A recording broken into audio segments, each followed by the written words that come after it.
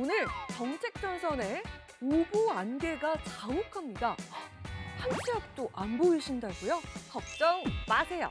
제가 팩트 서치라이트로 낱낱이 밝혀드릴게요.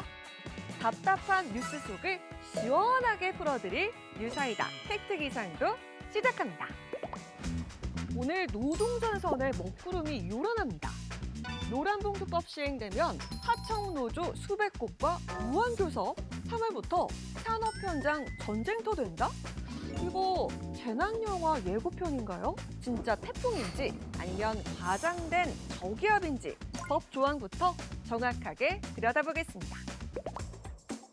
다음은 경제 하늘입니다.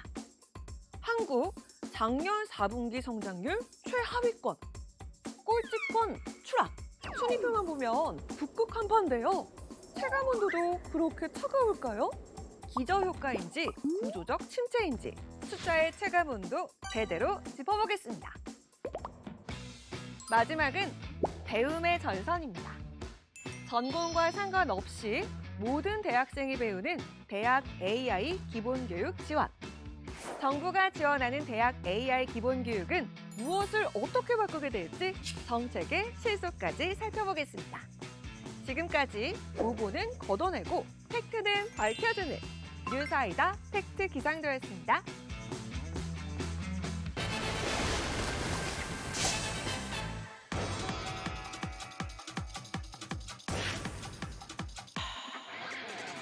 시청자 여러분 안녕하십니까? 쏟아지는 정보 속에 중심을 잡는 KTV 팩트체크 뉴사이다의 팩트 정리맨 최대환입니다.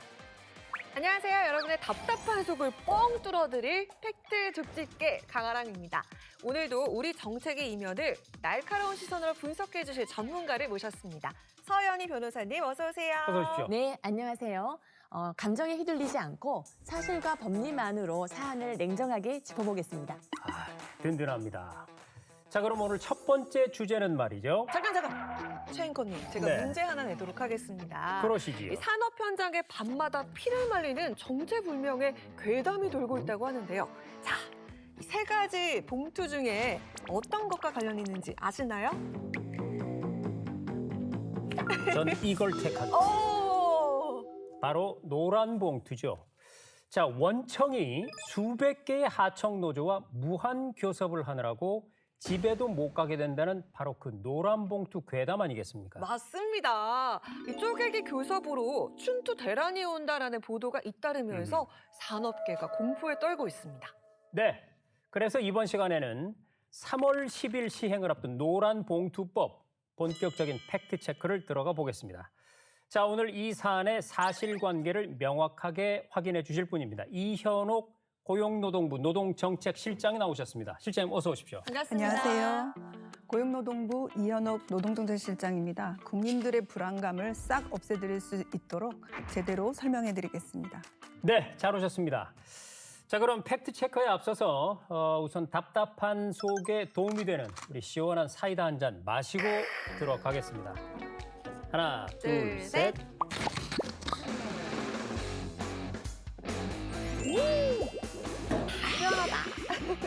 네, 출연자를 살찌우는 프로그램 뉴사이다와 함께하고 계십니다. 실장님, 이게 궁금한 게 있습니다. 노란봉투법이 시행이 되면 원청이 하청노조 수백 곳과 무한 교섭을 해야 한다. 이 보도 사실입니까? 절대 사실이 아닙니다. 네, 지금 전혀 사실이 아니다라고 굉장히 단호하게 대답을 해주셨는데 본격적인 얘기에 들어가기에 앞서서 우선 변호사님께 여쭐게요. 자, 시청자분들께서는 노란봉투법 이름은 들어봤는데 이게 정확하게 무엇이 어떻게 바뀌는 건지 그 내용은 아직 정확하게 모를 수도 있거든요. 개념 정리를 좀 부탁드립니다. 노란봉투법은 정식 명칭은 노동조합과 노동관계조정법입니다. 왜 노란봉투법이라고 부르는지를 모르시는 시청자들도 많으신 것 같아요. 왜 노란봉투법인가요? 네, 아주 예전에는 근로자들이 월급을 노란봉투에 담아가지고 현금. 집으로 가져왔습니다. 앵커님 기억하시나요? 저는 기억이 나는데 안 나는 척 하네요. 유감이게도 저는 기억이 납니다. 아하. 예, 저희 아버지가 항상 노란 봉투에 현금을 두툼하게 그렇죠. 담고 한 손에는 뭐 돼지고기 반근 정도 이렇게 사가지고 네. 오면 온 가족이 둘러앉아서 그렇게 좋아했던 기억이 납니다. 그런데 이 노란봉투법은 어떤 의미를 갖고 있냐면 바로 근로자의 노동 상권을 실질적으로 보장하는 내용과 기업에 좀 가혹하다고 할 수 있는 손해배상 청구권을 합리적으로 제한하는 내용이 주된 내용입니다. 첫 번째는 원청에 대하여 하청 노동자들이 노조 교섭을 청구할 수 있다는 내용입니다. 두 번째는 방금 말씀드린 것처럼 손해배상 액수를 제한하는 것인데요. 근로자 개인에게 청구할 때는 좀 구체적이고 타당성 있는 금액으로 네. 입증하여 청구하도록 책임을 제한하고 있습니다. 이제 마지막으로 노란봉투법에서는 근로조건을 결정하는데 영향을 미칠 수 있는 사업상의 결정까지도 포함하여 노동쟁의의 대상으로 포함시킬 수 있다라고 결정하였습니다. 네. 네, 이해가 쏙쏙 됩니다. 개념 정리가 완벽하게 된 것 같은데, 근데 그 기사에서는 교섭 창구 단일화 제도가 사실상 무력화된다 이렇게 하는데 하청 노조가 이해관계가 다르다 이렇게 주장을 하면 원청이 수백 번 교섭해야 한다 이런 이야기가 있습니다. 실장님, 이 정부가 정한 판단 기준 그 선은 어디까지입니까? 수백 개 하청 노조가 원청을 상대로 무한 쪼개기 교섭을 할 거다. 이런 내용은 좀 과장된 것 같습니다. 네. 우선적으로 개정법이 시행된 후에도 네. 교섭 청구 단일화가 적용됩니다. 네. 그러니까 하청 노동조합이 교섭 청구 단일화를 하는 것이 불합리할 때는 노동위원회에서 분리 결정을 해주게 됩니다. 이해 대표가 적정한지, 네. 교섭 단위를 분리하지 않고 유지하는 것이 합리적인지, 전체적인 근로계약 관계라든가 근로조건이 얼마나 다른지 이런 것들을 종합적으로 판단해서 노동위원회가 그걸 분리를 결정하기 때문에 하청 노조가 원청에 무조건 교섭을 해달라, 1대1로 교섭해달라라고 해서 무조건 교섭을 해야 되는 것은 아닙니다. 그렇군요. 자, 한 가지 더요. 교섭 기준을 누가 판단하냐. 이것도 중요할 것 같습니다. 조선이나 철강처럼 이제 노사 갈등이 전통적으로 좀 심한 업종은 벌써부터 긴장감이 높다고 들었는데요. 정부가 이 단체 교섭 판단 지원 위원회라는 걸 운영한다고 들었는데 그래서 현장의 소송 혼란을 좀 줄일 장치가 될 수 있을지 궁금하네요. 네, 정부는 개정노조법을 안착시키기 위해서 개정노조법 해석 지침과 교섭 절차 매뉴얼을 만들었습니다. 네. 그 과정에서 하청 노조들이 교섭 단위를 분리하고 또 사용자성을 인정하고 이런 것들을 해석을 적용하기 위해서 단체 교섭 판단 지원 위원회를 구성해서 지원하려고 합니다. 네. 이 단체 교섭 판단 지원 위원회는 전문가분들로 구성이 돼 있고 이 구성에도 또 노사 의견을 들어서 구성을 했습니다. 그래서 하청 노조가 원청 노조에게 교섭을 하자라고 요구를 했는데 원청 노조가 나는 사용자가 아니다라고 했을 때 정부한테 바로 판단을 구할 수 있습니다. 네. 그러면 정부가 일관된 해석 지침에 따라서 교섭을 촉진시키는 역할을 할 수 있습니다. 그런 의미에서 수백 개의 하청 노조가 원청을 상대로 벌떼처럼 이의를 제기할 것이다라는 것은 좀 과다한 추측이다라는 얘기군요. 자, 그럼 이제 기업 경영주 입장에서 네. 가장 궁금한 사안을 한번 살펴볼까요? 네, 맞습니다. 정말 엄청 궁금하실 것 같은데요. 시청하시는 사장님들 지금 당장 볼륨을 높이세요. 그렇습니다. 자, 실장님, 네. 기업의 해외 투자라든지 인수 합병이라든지 이런 고도의 경영적인 결정까지 이제 노조가 파업으로 다 막을 수 있다. 이런 얘기가 있거든요. 그러면 경영주의 경영권이 아예 사라지는 게 아닌가. 이런 우려가 있던데요. 경영권이 완전 사라진다 이런 건 과도한 걱정이신 것 같습니다. 네. 경영상의 결정은 당연히 존중되는데 그 경영상의 결정이 근로자들의 고용 지위라든가 그다음에 근로 조건에 직접적으로 영향을 줄 때는 네. 사용자하고 성실히 교섭해라라는 아. 의미입니다. 예를 들어 정리해고 같은 경우에 과거의 법원에서는 정리해고를 고도의 경영상 결정이라고 해서 정리해고 자체에 대해서는 교섭할 수 없었습니다. 네. 하지만 정리해고만큼 근로자들의 지위라든가 근로조건에 막대한 영향을 주는 것은 없을 테죠. 그렇죠. 그거조차도 교섭하지 못하는 이런 불합리한 것을 이번 개정법에서 바꾼 것입니다. 그래서 앞으로는 근로자의 근로조건, 그다음에 고용상 지위에 결정적인 역할을 할 수 있는 영향을 미칠 수 있는 경영상의 결정에 한해서 노조하고 성실히 교섭해라라는 의미를 가진 것입니다. 네. 네. 네, 일각에선 3월 산업 현장이 전쟁터가 될 것이라는 전망이 나오고 있는데 이 전쟁터라는 표현 너무 세고 무서운 것 같아요. 그렇습니다. 과연 이게 실제 전쟁이 될지 아니면 말의 전쟁으로 그칠지 지금부터 구분을 좀 해봐야 되겠네요. 변호사님께 이어줄게요.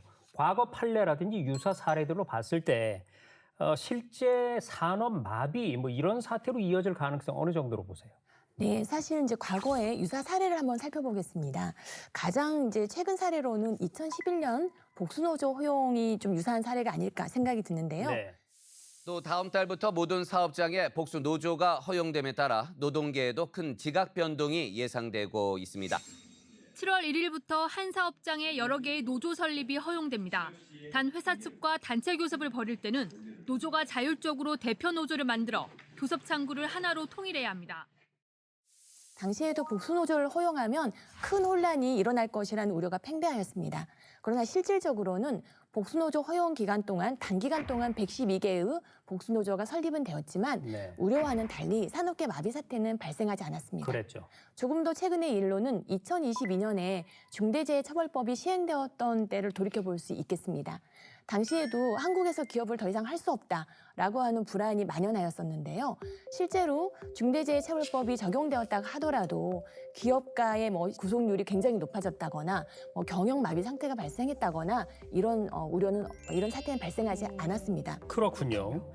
네, 일부에서 노란봉투법을 둘러싼 우려가 계속해서 나오고 있습니다. 네. 산업 현장의 혼란을 최소화하기 위해서 정부가 분명하게 약속할 수 있는 그런 점들 어떤 게 있을까요?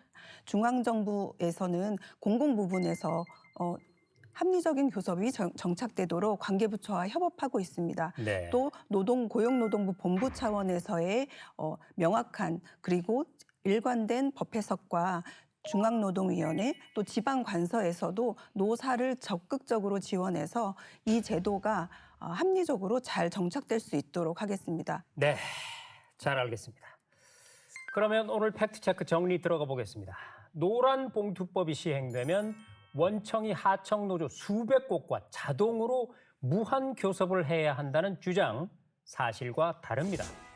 교섭은 자동이 아니라 명확한 요건이 있고 또 분리도 주장만으로 되는 건 아니라는 점 확인했습니다. 노란봉투는 괴담이 아니라 노동자의 권익을 보호하는 법률입니다. 네, 이현옥 고용노동부 노동정책실장님 오늘 나와주셔서 고맙습니다. 고맙습니다. 고맙습니다.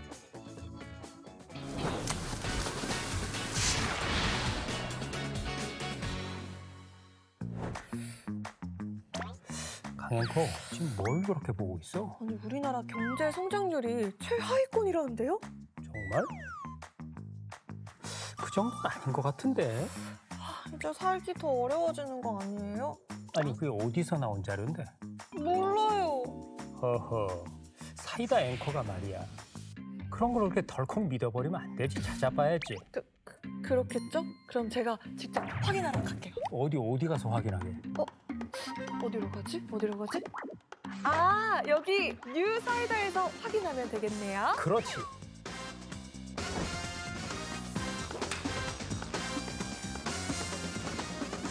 네, 조금 전에 상황극을 통해서도 잠깐 보셨듯이 한국의 경제 성장률이 최하위권이다? 아하, 얼핏 들으면 우리 경제에 큰 위기가 닥친 듯한 이런 보도들이 얼마 전에 많이 나왔습니다. 과연 사실일까요? 네, 이 기사들이 나온 배경과 그 이면에 숨겨진 진실 확실하게 파헤쳐 보도록 하겠습니다. 네. 우리 경제를 책임지고 있는 부처죠. 재정경제부 김기범 종합정책과장님 함께하겠습니다. 어서 오세요. 어서 오십시오. 안녕하세요. 재정경제부 종합정책과장 김귀범입니다.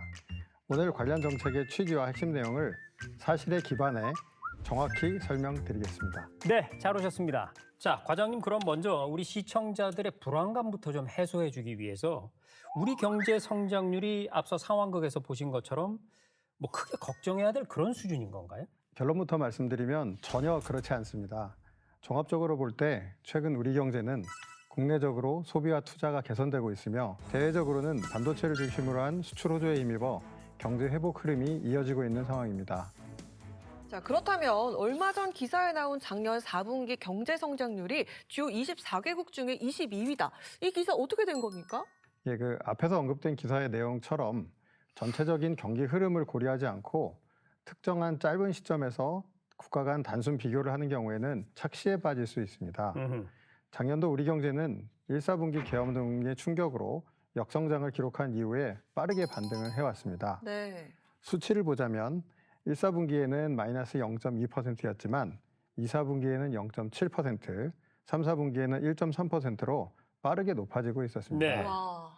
다만 4, 4분기는 앞에 3, 4분기의 높은 반등으로 인해 조정을 받았습니다. 이는 비교하는 기준 시점에 따라서 실제 수치보다 낮아 보이는 현상으로 기저효과라고 합니다. 네. 조금만 더 상세하게 설명을 드리자면 2025년 3, 4분기 성장률은 1.3%로 기사에 언급된 24개국 중 1위에 해당하는 아주 높은 아하. 성장입니다. 대단한데요? 네, 그래서 최소한 착시에 빠지지 않기 위해서는 3분기와 4분기를 묶어서 평균으로 보시는 방법이 있습니다. 이 경우 기사에서 언급된 24개국 중 9위에 해당하는 수치입니다. 우리와 같이 선진국의 경우는 개도국과 경제 규모나 구조가 다르기 때문에 이러한 특성까지 감안해서 선진국 20개국만 보면 5위에 해당하는 수치입니다. 대단한 성과 아니에요? 그렇군요. 자, 그러니까 사실 전체가 아니라 일부만 보여줬다. 이렇게 읽히는 얘기네요. 변호사님, 사실 이럴 때는 일부 숫자만 보여줄 게 아니라 전체 맥락이랄까 어떤 전체적인 흐름, 추세 이런 걸 봐야 되는 거 아닙니까? 네, 맞습니다. 저도 이 뉴사이다를 통해서 해설을 들으면서 불안감이 많이 해소가 되었는데요. 숫자를 인용해서 보도를 할 경우에는 시청자들은 신뢰를 하게 됩니다. 네. 하지만 이렇게 경제적인 통계치의 경우에는 방금 말씀해 주신 것처럼 전년비라든가 전기비라든가 또는 기저효과 이런 맥락을 같이 전달을 해주셔야만 그 숫자의 의미를 정확하게 이해할 수 있을 것 같습니다. 일부 언론사 같은 경우에는 자극적인 제목을 붙여서 클릭수를 유도하기도 하는데요.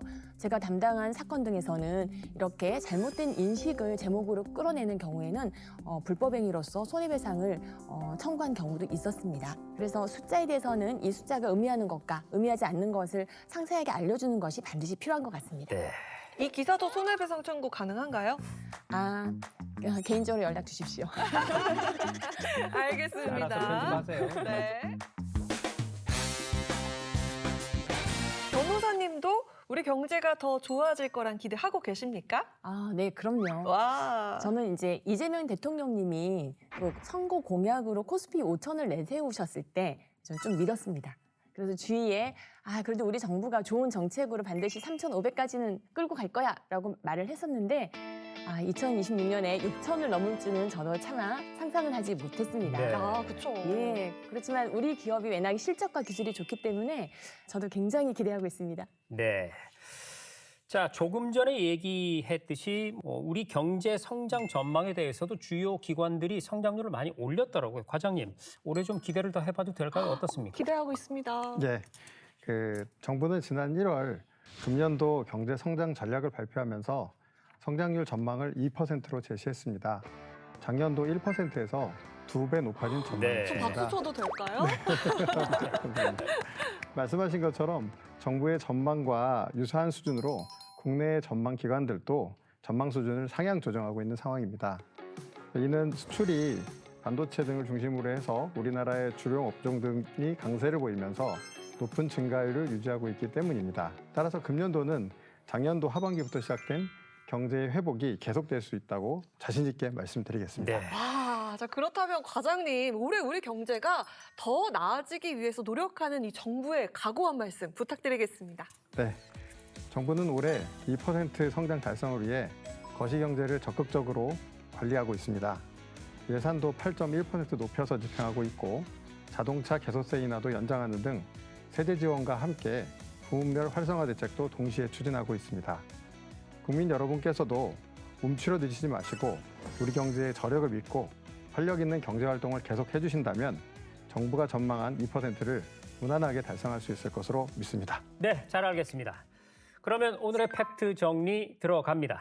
우리 경제 작년 4분기 성장이 24개국 중 22위라는 건 자칫 오해를 불러일으킬 수 있는 단순 비교에 의한 것이었다는 점 확인했습니다.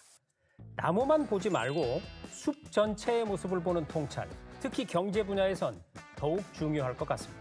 네, 오늘 명확한 사실 알려주신 김기범 과장님께 진심으로 감사드립니다. 고맙습니다.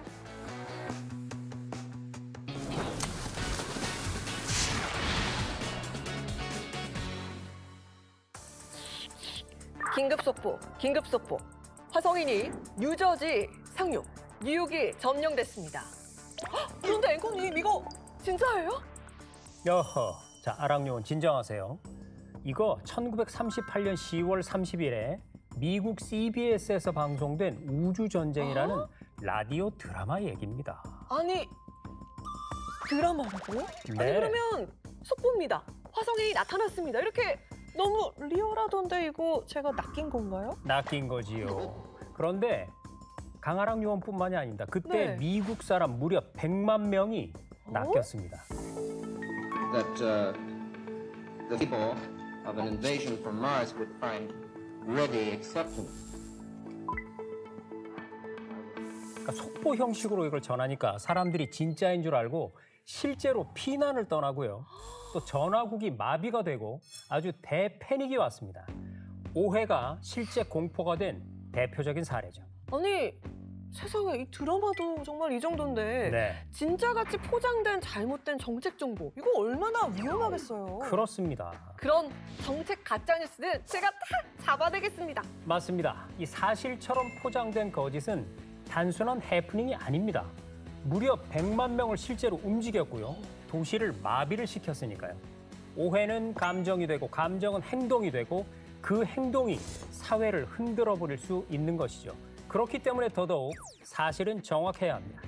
자, 아랑요원 지나간 화성인들은 이제 뒤로 하고요. 다음 이야기로 넘어가 보겠습니다. 알겠습니다.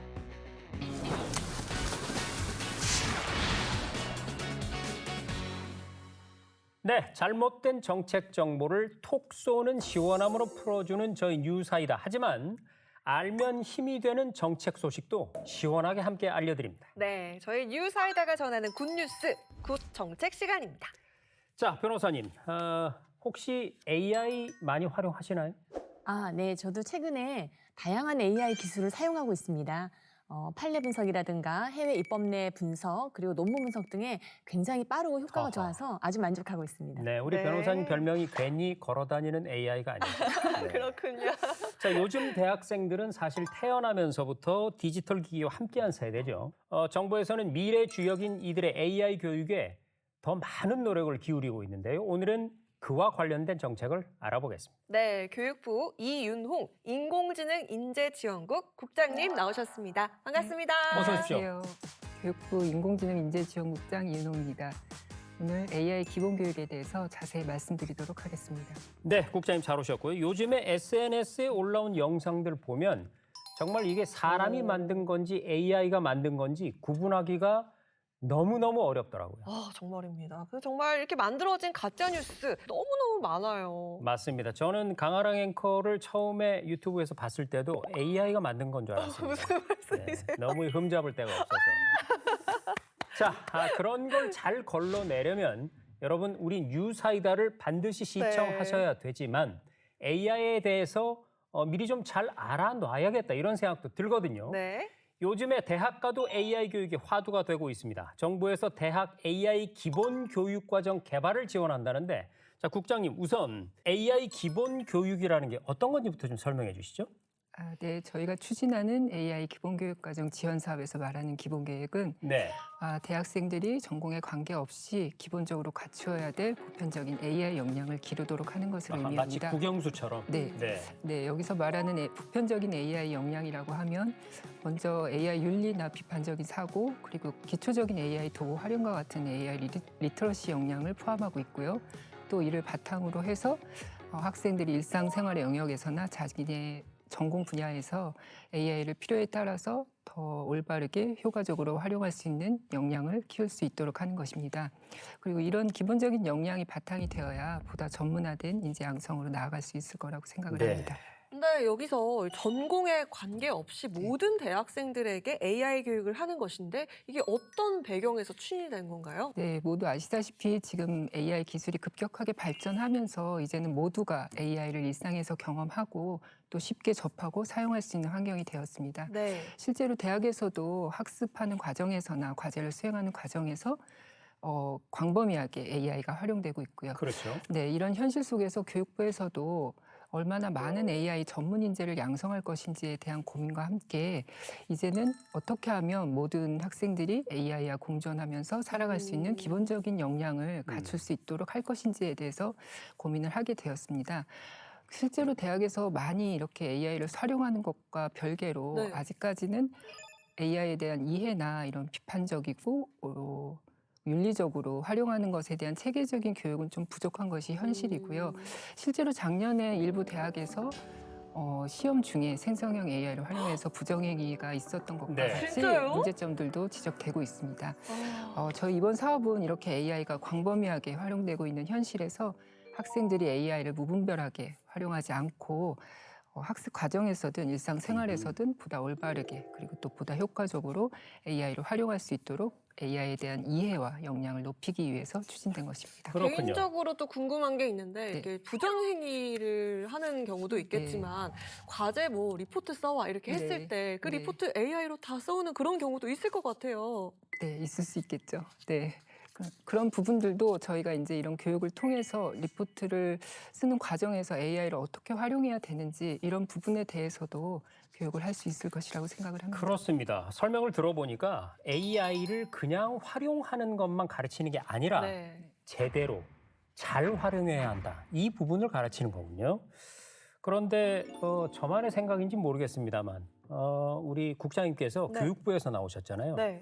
마치 그 교장 선생님처럼 그러니까요. 굉장히 그 차근차근하게 말씀을 해주시는 게 귀에 쏙쏙 저 들어옵니다. 말씀하시는 거 네. 받아 적을 뻔했잖아요. 그렇습니다. 끝으로 이것만 안 해주시면 네. 되겠습니다. 자, 변호사님께 여쭐게요. 이 네. 기술 발전 속도가 빛의 속도이다 보니까 네. 함께 마련해야 될 어떤 윤리적 부분 이런 부분들이 있을 수밖에 없거든요. 요즘 이 AI 윤리에 대한 논의도 활발하죠. 네. 네, 맞습니다. EU에서는 이미 AI 액트라고 AI 기본법을 제정을 하였고요. 우리나라에서도 세계 두 번째로 AI 기본법을 제정하였습니다. 네. 정식 명칭은 인공지능 발전과 신뢰 기반 조성 등에 관한 기본법인데요. 이 AI 윤리는 방금 말씀을 해주셨는데요. 결국에는 사용하는 사람의 그 AI 리터러시 역량에 따라 달라지는 것 같습니다. 네. 이것을 어떻게 어떠한 기준을 가지고 윤리적인 기준을 가지고 사용할 것인가는 정말 꾸준하게 교육을 해야 되는 문제인 것 같습니다. 네. 네. 국장님, 그 대학들도 자체적으로 AI 교육들을 정말 많이 하고 있다고 알고 있는데 정부에서 중점적으로 지원하는 것 어떤 게 있을까요? 저희가 이번에 추진하는 AI 기본교육과정 개발 사업은 이렇게 전공에만 국한하는 것이 아니라 대학들이 전공과 관계없이 모든 학생들을 대상으로 AI 기본교육과정을 개발하고 운영하는 것에 중점을 두고 있습니다. 이를 위해서 올해 20개 교를 선정해서 지원을 할 예정이고요. 네. 이런 기본교육과정 개발 이외에도 이것을 가르치는 교수자분들이 AI 역량을 강화할 수 있는 다양한 프로그램들도 지원해서 우수한 AI 기본교육 사례를 확산하고자 합니다. 네, 그렇군요. 그러니까 보편적 AI 교육 이것이 목표인데 네. 지원은 정부가 하지만 실제로 구체적인 교육 과정을 개발하는 건 뭐 대학들이 하겠죠. 맞습니다. 네. 그러면 대학들은 이 기본 교육 과정을 어떻게 개발하고 운영하는지 사례를 들어서 좀 말씀해 주실 수 있을까요? 네, 대학에서는 크게 AI에 관한 교양 과목이나 AI를 활용한 소단위 전공 과정을 개발해서 운영할 수 있습니다. 네. 예를 들면 이제 사회학과에서 이런 전공 과정을 개발한다고 했을 때 사회학과의 AI 활용 소단위 전공 과정을 운영하게 되는데요. 이럴 경우에 그 해당 학교에 입학하는 학생들은 일단 AI 시대 인간 중심 사고라든지 데이터 편향성 등에 관한 기초적인 교양 교과를 이수하고 네. 그 이후에 사회학과의 AI 활용 소단위 전공 과정 이수를 통해서 기초적인 이해부터 또 이런 데이터에 적합한 AI 도구를 활용해서 분석하는 방법, 그리고 나아가서 이 분석을 바탕으로 문제를 해결하는 이런 실습 과정까지 이런 단계적으로 과정을 이수할 수 있고요. 학생들은 이런 과정을 통해서 자신의 전공과 AI를 연계해서 깊이 있게 이해하고 또 네. 문제를 해결할 수 있는 능력을 기를 수 있을 것이라고 생각합니다. 아니 그런데 사실 그 AI를 어떻게 사용하는지에 대한 단순 활용법이 아니라 네. 윤리적인 이용, 데이터 편향성 그런 것까지 가르칠 수 있는 분들이 과연 충분할까 이런 생각이 들거든요. 그러니까요.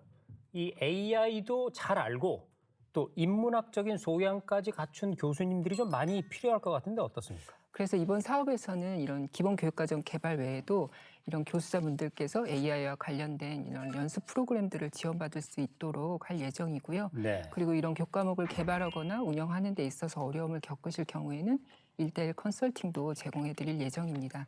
그리고 학교 안에서 다양한 분야의 교수님들이 함께 논의할 수 있는 학습 공동체를 만든다든지 공학 계열과 비공학 계열 교수님께서 이렇게 협력하는 체제를 구축하는 것도 마련해 나갈 예정입니다. 네, 그런가 하면은 우리 변호사님들도 네. 사실 역할이 있지 않을까 싶어요. 왜냐하면 지금 문제가 되고 있는 어떤 윤리, 법적 규제 뭐 이런 거 관련해서는 변호사님들이 제일 잘 알지 않겠어요? 그렇죠. 그 뭐 AI로 커닝하면 벌금 얼마 뭐 이런 얘기 좀 네. 하실 수 있을 것 같은데요. 아, 네. 조금 전에 설명드렸던 것과 같이 우리나라는 AI 기본법을 이미 이제 제정을 하였습니다. 거기에서 윤리관에서도 상당히 구체적으로 이제 제정을 하였는데요. 기본적으로 AI 기업가들은 다음과 같은 의무를 지켜야 됩니다. 첫 번째는 AI 기술을 사용하여서 만든 제품이나 뭐 이미지나 이런 것들에 대해서는 AI 기술을 사용했다는 것을 미리 사전에 사용자에게 명확하게 고지를 해야 되고요. 네. 딥페이크가 요즘 또 사회적으로 굉장히 많은 그러니까요. 문제가 되고 있지 않습니까? 그럼 딥페이크에 대해서는 사용자가 봤을 때 인식할 수 있는 표식을 분명하게 부착을 해야 되는 거고요. 그리고 전체적인 안전 체계를 갖춰야 됩니다. 그리고 조직도 갖추셔야 되고요. 마지막으로 아까 이제 인간 감독자가 꼭 있어야 된다라고 말씀을 드렸는데요. 이렇게 그 사회적 책임이 큰 고용량 AI 기업에서는 이러한 사실을 다 문서화해서 5년간 보관을 해야 되는 의무를 또 부여하고 있습니다. 네, 잘 알겠습니다. 자, 그런데 국장님, 저는 한 가지 더 생각해 봐야 할 것이 있다고 보는데요. 아까 올해 20개 학교를 선정해서 지원을 한다고 하셨잖아요. 근데 사실 뭐 예산도 많고 이미 잘하고 있는 학교는 지원을 안 해줘도 또 계속 잘하거든요. 그래서 좀 어려운 학교들 위주로 지원을 해야 될 것 같은데 어떻습니까? 네, 저희가 추진하는 이번 AI 기본교육과정 사업은 이 AI 기본교육과정 확산을 목적으로 하고 있는 만큼 네. 그동안 이런 지원이 좀 부족했던 대학들에게 좀 기회가 돌아갈 수 있도록 다른 재정 지원 사업에서 이 AI 기본교육과 관련된 지원을 받고 있는 대학들은 제외하고자 하였습니다. 네. 네, 최근에 AI 교육에 대한 관심이 높아지면서 국립대 육성 사업이라든지 과기정통부의 AI 중심대학 사업과 같은 재정 지원 사업에서도 이 AI 기본 교육에 대한 내용을 담고 있습니다. 그래서 이미 다른 사업으로 이렇게 AI의 기본 교육에 대한 지원을 받는 대학들은 이번 사업에서는 제외함으로써 가능한 한 많은 대학들이 이런 AI 기본 교육을 시작할 수 있도록 지원하고자 하고 있습니다. 네. 네. 잘 알겠습니다. 앞으로도 계속 열심히 해주시고요. 자, 그럼 오늘의 굿뉴스 굿정책 정리 들어갑니다. AI 시대라는 말 속에는요, 기술 발전을 넘어서 함께 발전해 가야 할 사회와 사람이 있습니다. 정부의 이번 AI 기본 교육 지원이 책임감 있는 AI 인재 양성에 밑거름이 되기를 기대해 봅니다. 네, 오늘도 팩트에 한 걸음 더 다가가서 정책을 깊숙이 들여다봤습니다. 공포는 과장될 수 있고 숫자는 맥락을 빼버리면 왜곡될 수 있습니다. 중요한 건 자극적인 제목이 아니라 사실과 기준입니다. 노란 봉투가 괴담으로 부풀려질 때, 성장률이 꼴찌권 헤드라인으로 달려갈 때, 미래를 준비하는 AI 정책이 시작될 때 KTV 팩트체크 뉴사이다는 묻고 또 묻겠습니다. 헉, 진짜? 진짜? 진짜? 네, 오늘 쏟아진 정책 이슈들 한 줄로 정리해보는 시간이죠. 우리가 만든 명언이 화장실 벽에 붙는 그날까지 명언 공작소는 계속됩니다. 먼저 이윤홍 국장님의 명언 한번 들어볼까요? AI 기본 교육은 책임감 있는 AI 인재 양성의 첫걸음이다. 누가 봐도 교장 선생님 같은 그런 모범 공직자다운 명언을 주셨습니다. 네. 다음 우리 서 변호사님. 네, 경제는 쉽니다. 국민 마음 상하게 하는 단순 비교 아웃. 앞으로 그렇게 하시면 우리 서 변호사님한테 아웃당하십니다. 자, 그럼 저도 하나 하겠습니다. 저도 경제로 갈 건데요. 경제는 코끼리다. 왜요? 다리만 만져선 전체를 알 수 없으니까. 괜찮았나요? 네. 자, 그럼 우리 강아랑 앵커 가시죠. 네, 노란 봉투법은 상생의 가이드북이다. 그렇군요. 네, 지금까지 막연한 공포는 지우고 확실한 미래를 채우는 KTV 팩트체크 뉴 사이다였습니다. 다음 주에는 더 톡 쏘는 시원한 사이다로 여러분을 찾아뵙겠습니다. 네, 다음 주에도 꼭 팩트 확인하러 오세요. 저장! 네, 여러분 고맙습니다.